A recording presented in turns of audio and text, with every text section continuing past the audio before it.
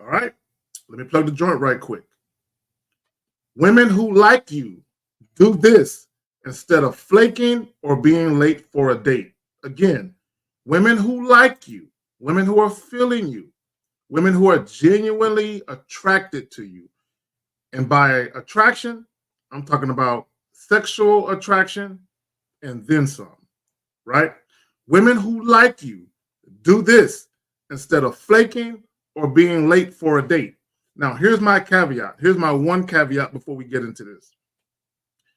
There will be legitimate scenarios where women are running late for a date that you set up, right? Here's the key. This is the key.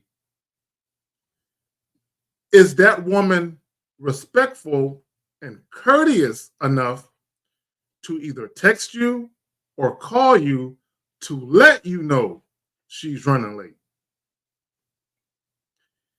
If a woman shows up on a date and she's late, when I talk about late, I'm talking 5 minutes or more, and she never calls you or texts you to let you know she's running a little behind, to me, that's a red flag. If she just shows up and she just walks through the door, even if she apologizes when she comes through the door, the fact that she's apologizing, she already knows she's late. So for me, it speaks volumes of how courteous a woman is and how much she pays attention to detail for her to actually call or text you if she's running late versus her just showing up late and she's on some, oh, my bad, I'm late. She don't get no extra points because she's saying, my bad, I'm late.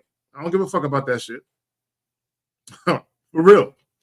All right, so we're going to get into this. So I'm going to share with you guys in just a moment a text message that was shared by one of my clients. And shout out to him.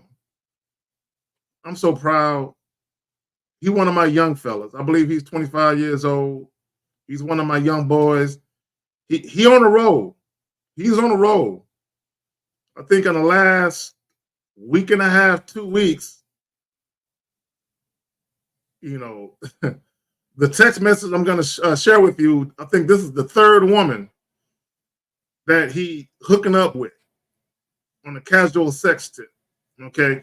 And let me just say this, gentlemen, it's not about how many women you're having sex with. I don't care if you're having sex with one woman a year. It's not about that. It's not about the numbers. It's about you having more favorable outcomes than unfavorable ones. It's about you getting on a roll and things is just working for you. Now, even when you get on a roll and things are just working for you, you still gonna have chicks here and there that ain't with it. But you're still on the roll though, right? It's about you hitting that sweet spot in the dating game and you just feel like, man, everything is working how I want it to work. The women that I'm attracted to, I'm having sex with, no games, everything is just super fucking easy right now, right? When you hit that sweet spot, you know, that's when you kind of reflect and you just understand that it's not always going to be that easy. you go ahead and you relish in the moment, but there's going to be other times where you hit that wall and you're like, damn, I feel like ain't no chick trying to fuck with me. It's like that. Ebbs and flows of dating, baby. Ebbs and flows of dating. Right? Let me plug the joint. Women who like you do this instead of flaking or being late for a date. So I'm going to share with you, right, a story. Now, for those of you who rock with me, you've heard this story a few times, right? At least a handful of times, a couple of times perhaps, right? The reason why I'm telling this story, right, it's because when I tell this story and then when I share this text message or these text messages between this young lady and this young man who's a client of mine, when I share those text messages in conjunction with this story that I'm about to tell you, you're going to see similarities. So when I tell you guys, women who like you do this instead of flaking or being late for a date, you're gonna kind of get the gist of the type of standards you should set for yourself when you're dealing with women, when it comes to you deciding, okay, she's worth dealing with, she's not. Although she's showing interest in dealing with me or seeing me, because it's not quite up to par with my standards or how I move, I'm going to go ahead and not fuck with her, right? And that's where it comes down. That's what it comes down to, is you being able to discern how she moving versus how she moving. I like this. Chicks that move like this, I'm no longer going to deal with them. And what you're going to find is that because of your past experiences, a lot of the women are going to fall in this category of women you should no longer be dealing with. Your dating pool is going to shrink. It's supposed to. It's supposed to. You're supposed to separate the cream from the crop, baby. All right. So let me tell this story real quick. Years ago, right, I met this young lady, and I set up a little meet and greet. Right, we was going to meet up at this little jazz spot. They play live jazz music. They had bands and all of that, and it's a spot that I frequented. Right, so it was a spot I was very familiar with. So I was having her meet me there. Now, again, this is going to be deja vu for some of y'all, because I've told this story before. Just bear with me, right? So I get a call from her, not a text, a call.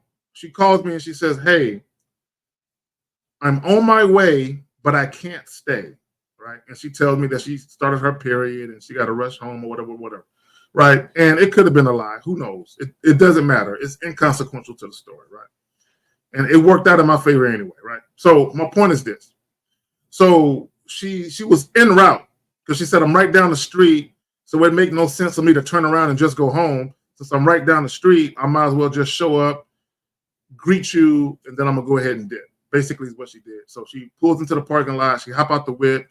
We hug it out. You know what I'm saying? We have a warm embrace. Full frontal. It's not the ass out hug. It's the, God, I'm so glad to see you. I wish I can stay type of hug, right? So she basically tells me, now she's contrite. She's apologetic. She said, I'm sorry I can't stay, but I want to make it up to you. Now, peep the words. I want to make it up to you. And then she goes on to say, I'll give you a call in a couple of days and let you know what I have in mind. But I got it. So I tell her, all right, cool. So I proceed into the spot by myself, and I have me, a wonderful night. She dip and she go do whatever she gonna do, right? So true to her words, a few days later, she hits me up and she tells me she wants to cook me dinner. Now, hold on to what I just said. She hits me up and she tells me she wants to cook me dinner, right? Now, bear in mind, her and I just met. We never had sex yet, right? This little meet and greet that we was doing at the jazz spot was the very first time we were seeing each other outside of the first time that we met, right? So now she basically, from the joint that she couldn't stay at, she rain checked it, she parlayed it into basically a dinner date at her crib. So she offers to cook a nigga a home-cooked meal at her spot. Now, bear in mind what I'm saying to you, because it's going to come up later, right? So boom, we go to her spot. I show up. When I show up, she is not quite done cooking. She's still, putting the finishing touches on the meal. So, she makes me a hook. For those of you who don't know, I'm a little older than y'all. So a hook is basically a drink, right? A cocktail. So she make a brother a hook, right? I'm sipping on a little something. You know what I'm saying? She tossing some salad. Boom, she bring me some salad. You know what I'm saying? So I'm eating my little salad, sipping on my little drink and whatnot. And she finishing up, you know what I'm saying? She got the little spaghetti strap dress on. Why do y'all think I always talk to y'all about spaghetti strap dresses and shit? Because that look features prominent, you know what I'm saying, in my dating past, right? With chicks be wearing that type of shit, right? So boom, so she wearing that, she cooking, she come out, man, we eat a lovely meal, we chit-chatting, listening to some soft music. And then she tells me she wants to play a game. She said, I want to play a game with you, but I got to go change. So she goes, she comes back, She got on some hot pants. You know what I'm saying? Them little tight little boy shorts that chicks be wearing with the word pink on the back. She got on some shit like that, right? And she got on this tight mid-drift tank top with the little spaghetti straps, right? With no bra on, right? So she basically went and she put on her fucking uniform. That's right. I call it a fucking uniform, right? So she went to go put on her fucking uniform, right? Now, let me stop right there because this is important. Because this is some information that I gave my client. Not one time did I ever mention sex. We never talked about sex at all. She never said anything about sex. I never said anything about sex at all. There was no sexual innuendos. There was no hints, verbally wise. You know what I'm saying? Nothing was said. But I already knew I was going to smash. I already knew I was going to smash. So in some cases, fellas, let me just say this before I continue. Less is more. Less is more. There are some cases where not a word needs to be spoken. What's understood doesn't need to be said, right? But I'm going to finish that point in a little while. So let me finish my point. So she goes, she changes into her fuck uniform. She comes back out, and I don't recall what game we played, but she said, if I win, what do I get?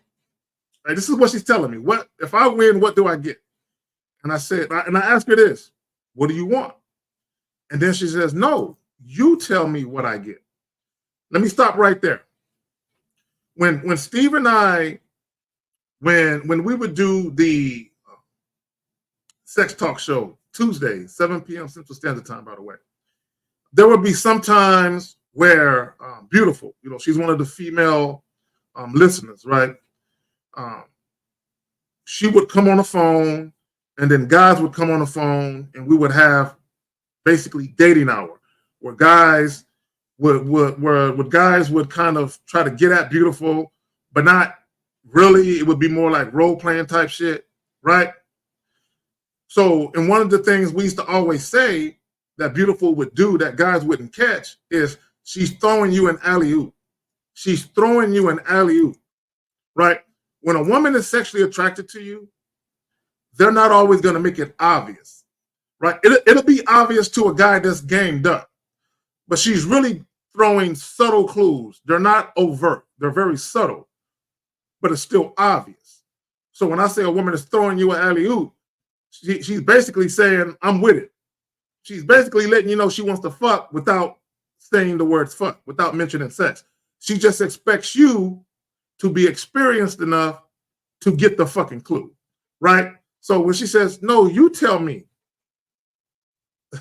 what I win.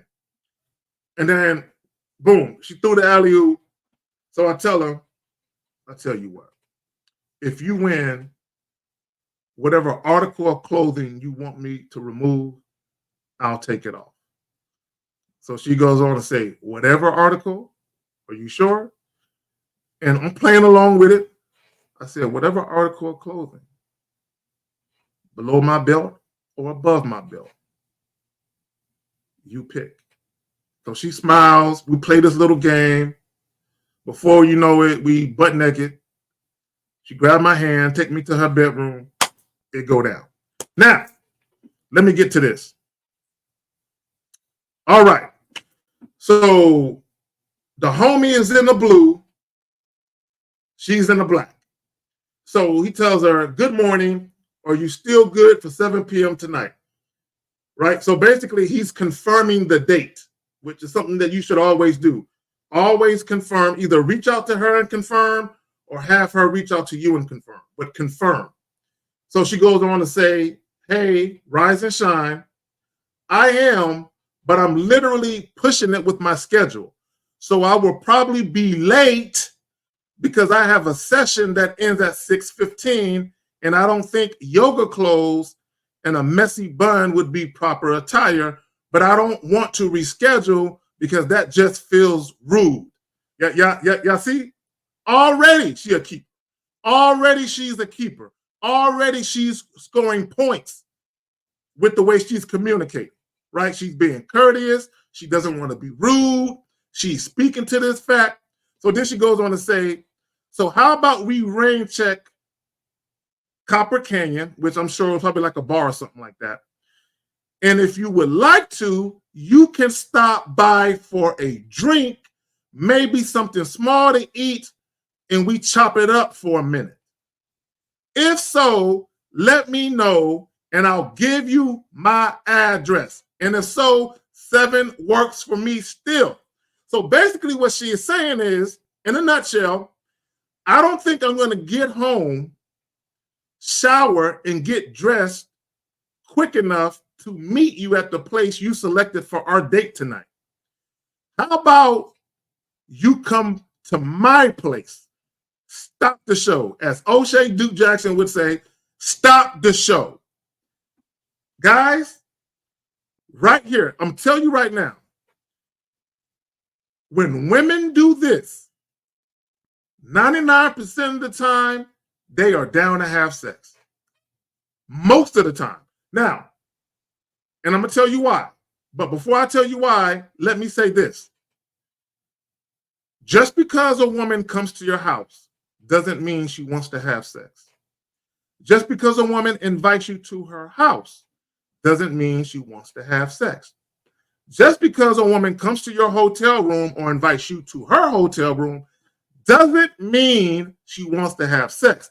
But when you are gamed up, there are what I call patterns of behaviors. There are certain things women do when they are attracted to you and they're down to potentially have sex versus things that women typically won't do. Allow me to illustrate my point a little further. Women typically do not invite men to their house that they just met and hadn't had sex with already. Women typically do not do that. Okay? It's not to say it doesn't happen. Typically, they don't do that. Now, let's look at all the different layers, right? She could have just been late for the date. She could have been like, sure, I'll be there at 7, knowing that she had to take a shower and all that. She could have just been late for the date, right? Had a drink or two on your dime, been entertained on your dime, and that would have been the end of it. She could have just did that. See, a woman who is not sexually attracted to you, she would have did that. She would have either been late and still showed up at Copper Canyon, or she just would have flaked. A woman who is genuinely attracted to you, moreover, she's highly likely sexually attracted to you, will do exactly what she's doing. Do y'all understand? She's basically saying, you know what? Don't worry about the date. Just come to my spot. We can have a drink here and something small to eat. So not only is she saying, I got the liquor here for you, but also if you're a little hungry, a little famished, we can have a little something small to eat and chop it up for a minute. Chop it up for a minute means I've already pondered the possibility of having sex with you, and I am attracted to you in that regard, but I haven't quite made up my mind yet. So depending on what is said and what happens after we chop it up for a taste, that's going to determine whether or not I go ahead and go through with having sex with you like I've already thought, or whether or not I change my mind and I decide you're not the type of guy I would want to have sex with. Do y'all understand what I'm saying? Women who like you do this instead of flaking or being late for a date. Let me share something else with you guys before I get up out of here. You know, I got some homegirls, I'm saying, some women I've been cool with throughout the years, and I've had a few of them tell me this same story. They said, Carrie, you know, there's been times where a guy offered a date, but I told him, how about we skip the date and just go to your place and have sex? Now, some of you are probably thinking, where are those women at? Where they at? Where they at? They're out there. But most guys will never encounter that, where they offer a date and a woman says, forget the date. How about we just get to the sex? This is what's more likely to happen, is that a woman who is sexually attracted to you will still accept the date and then have sex with you later. Because in her mind, she is like, damn, 2 for the price of 1? Dick and a date? I'll take both. I'll take double D's, right? Now, the reason why I'm telling you guys this is for this reason. Guys who aren't really all that gamed up, but they think they understand shit, a lot of times when they go out on a date with a woman and they end up having sex, right after the date, after the first date, they automatically think it was the date that did it.